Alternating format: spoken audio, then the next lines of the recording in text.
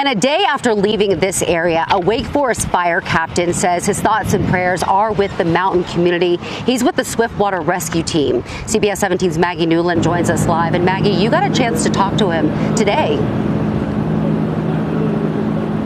Yeah, and he has quite a story to tell, Angela. The generosity here in the Triangle, as we all think about our friends and neighbors in the mountains, is overwhelming. You can see Wake Forest Fire Department has been collecting food and water and other donations, but this is just one way the fire department is helping. Members of their department have saved dozens of lives in western North Carolina.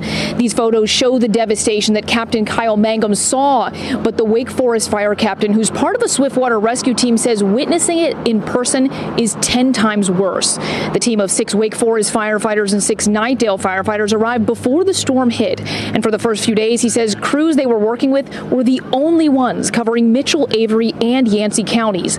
They rescued people from rising water any way they could.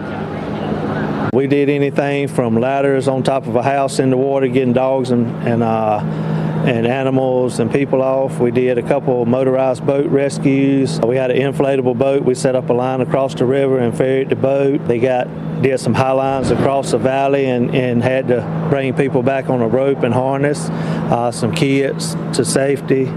Anything you imagine, ATVs, cutting trees out the way to get to people, anything you'd imagine we had to do, we had to improvise.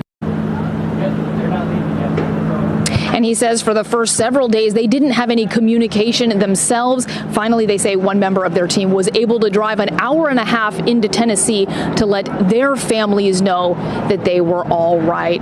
And coming up tonight at 6 o'clock, you're going to hear more about the reactions from some of the people they rescued and some of the connections they made. We're live in Wake Forest. Maggie Newland, CBS 17 News. Looking forward to that, Maggie. Thank you so much.